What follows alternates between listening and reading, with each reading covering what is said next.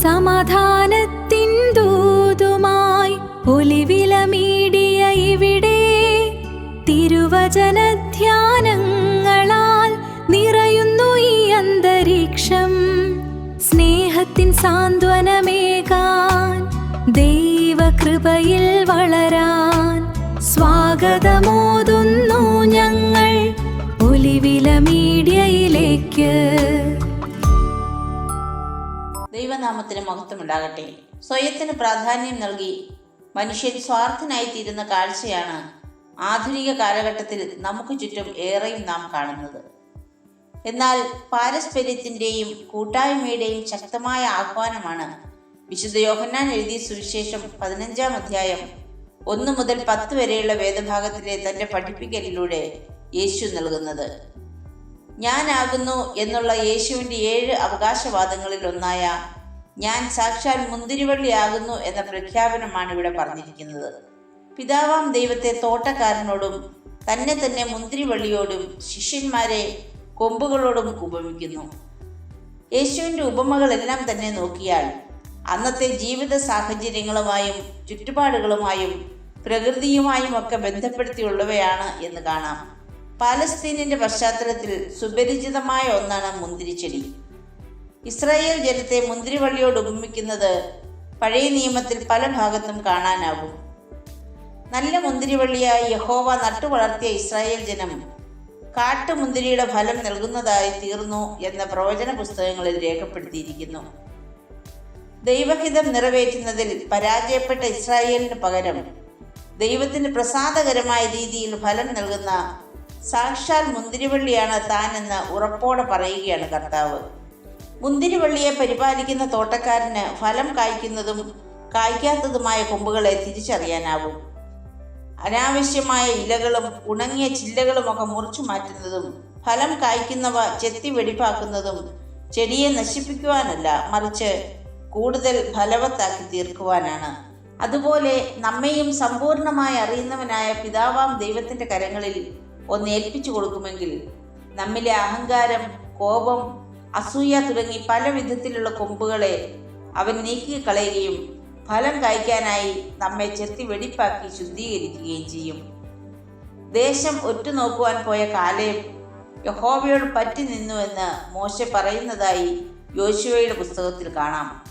സാക്ഷാൽ മുന്തിരിവള്ളിയായി ക്രിസ്തുവിൽ വസിക്കുവാനും ഫലം പുറപ്പെടുവിക്കുന്ന കൊമ്പുകളാകുവാനും ഉള്ള ആഹ്വാനമാണ് ഈ വേദഭാഗത്ത് നാം കാണുന്നത്.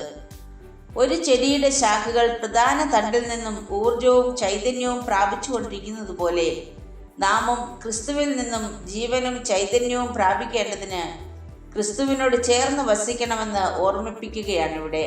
മുന്തിരിവള്ളിയിൽ നിന്നുമുള്ള നീരൊഴുക്ക് നിലച്ചാൽ കൊമ്പ് ഉണങ്ങിപ്പോകുന്നത് പോലെ വചനധ്യാനത്തിലൂടെയും പ്രാർത്ഥനയിലൂടെയും ക്രിസ്തുവുമായുള്ള ആത്മീയ ബന്ധം നിലനിർത്താൻ സാധിക്കാത്ത ഒരാൾക്ക് ദൈവരാജ്യത്തിന് അനുയോജ്യമായ ഫലങ്ങൾ പുറപ്പെടുവിക്കുവാൻ കഴിയുകയില്ല. ഗലാത്യ ലേഖനം 5-ാം അധ്യായം 22-ാം വാക്യത്തിൽ പറയുന്നത് പോലെയുള്ള ആത്മാവിൻ്റെ ഫലങ്ങൾ നമ്മുടെ ജീവിതത്തിൽ ഉണ്ടാകണമെങ്കിൽ നാം തായ്തടിയായി ക്രിസ്തുവിനോട് ചേർന്നിരിക്കണം. ക്രിസ്തുവിനോട് ചേർന്ന് ഫലപ്രദമായ ശുശ്രൂഷ ചെയ്യുന്നുവെങ്കിൽ ദൈവനാമം മഹത്വപ്പെടുമെന്നും പറയുന്നു.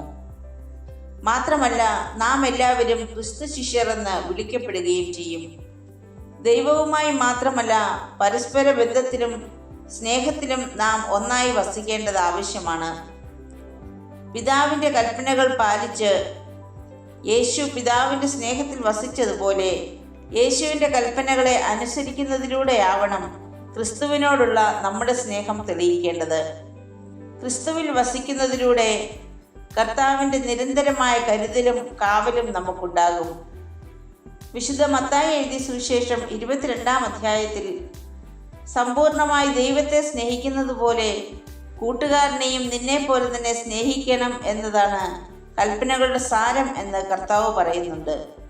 അപ്രകാരം അവസരം ലഭിച്ചിട്ടും സാധിക്കാതെ അഗ്നിയിലേക്ക് സ്വയം വീണുപോയ ഒരാളുണ്ട്, ഇസ്കരിയോത്ത യൂദ. ക്രിസ്തുവിൽ വസിക്കുവാനും ഫലം കായ്ക്കാനുമുള്ള ആഹ്വാനം കേട്ട ശിഷ്യനാണവൻ. പക്ഷേ സ്വന്തം കീശ വീർപ്പിക്കാൻ നോക്കുന്നതിനിടയിൽ ദൈവമഹത്വത്തിനായി ഫലം കായ്ക്കാൻ അവൻ മറന്നുപോയി. ക്രിസ്തു ശിഷ്യനായിരുന്നിട്ടും ശിഷ്യത്വത്തിന്റെ അർത്ഥം മനസ്സിലാക്കാതെ പോയവൻ. പിതാവ് പുത്രനെ സ്നേഹിച്ചത് കുരിശിൽ കൈവിടാനല്ല, ഉയർപ്പിന്റെ സദ്വാർത്ത ഘോഷിപ്പാനാണ്. അതേ സ്നേഹമാണ് ക്രിസ്തു നമുക്കും വാഗ്ദാനം ചെയ്യുന്നത്. ജീവിതത്തിൽ പ്രതിസന്ധികൾ ഉണ്ടാകില്ല എന്നല്ല, എന്തിനേയും തരണം ചെയ്യുവാനുള്ള ധൈര്യം പ്രദാനം ചെയ്യുന്ന ദൈവസ്നേഹമാണ് കർത്താവ് നമുക്ക് നൽകുന്നത്.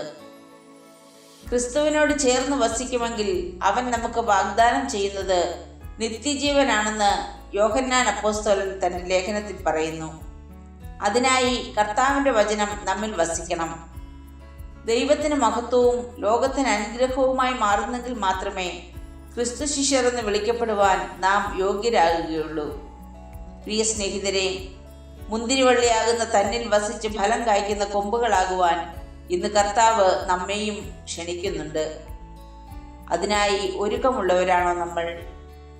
തിരുവചനം വായിക്കുവാനും ധ്യാനിക്കുവാനും നമ്മൾ സമയം ചിലവഴിക്കാറുണ്ടോ? ഒരു വൃക്ഷത്തെ അതിൻ്റെ ഫലത്താൽ തിരിച്ചറിയാമെന്ന് പറയുന്നത് പോലെ നമ്മെയും ആത്മാവിൻ്റെ ഫലം കായ്ക്കുന്നവരായി കാണുവാൻ സാധിക്കുമോ? ദൈവത്തിന് മഹത്വം കൊടുക്കുന്ന രീതിയിലുള്ളതാണോ നമ്മുടെ വാക്കുകളും പ്രവൃത്തികളും? പരസ്പരം സ്നേഹിക്കുവാനും കരുതുവാനും ക്രിസ്തുവിനോട് ചേർന്ന് നിൽപ്പാനും നമുക്കാകുന്നുണ്ടോ? അധികം ഫലം കായ്ക്കുവാൻ അവൻ നമ്മെയും ചെത്തി വെടിപ്പാക്കേണ്ടതിനായി ഒന്ന് ഏൽപ്പിച്ചു കൊടുക്കാം. അവൻ നമ്മെ ശുദ്ധീകരിക്കും. ദൈവസ്നേഹത്തിൽ വസിക്കുവാനും ആത്മീയ ഫലങ്ങളാൽ നിറയപ്പെട്ട് ലോകത്തിന് ക്രിസ്തുവിനെ കാണിച്ചു കൊടുക്കുന്നവരായി ജീവിക്കുവാനും ക്രിസ്തു ശിഷ്യരെന്ന് എണ്ണപ്പെടുവാനും നമുക്കും ഇടയാകട്ടെ എന്ന് പ്രാർത്ഥിക്കാം. സഭാപിതാവായിരുന്ന വിശുദ്ധ അഗസ്റ്റിൻ ഇപ്രകാരം പറഞ്ഞിട്ടുണ്ട്: കൊമ്പുകൾക്ക് മുന്തിരിവള്ളി ആവശ്യമുള്ളതുപോലെ നമുക്ക് ക്രിസ്തുവിനോട് ചേർന്ന് നിൽക്കാം. അവനെ കൂടാതെ നാം വാടിപ്പോവുകയും ഇല്ലാതെയാവുകയും ചെയ്യും.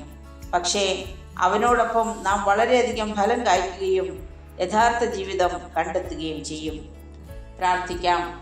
ദൈവമായ കർത്താവേ, നിന്നോട് ചേർന്ന് വസിക്കുവാനും ഫലം നൽകുന്നവരായി ദൈവനാമം മഹത്വീകരിക്കുന്നവരായി തീരുവാനും ഞങ്ങളെ ഒന്ന് ചെത്തി വെടിപ്പാക്കണമേ.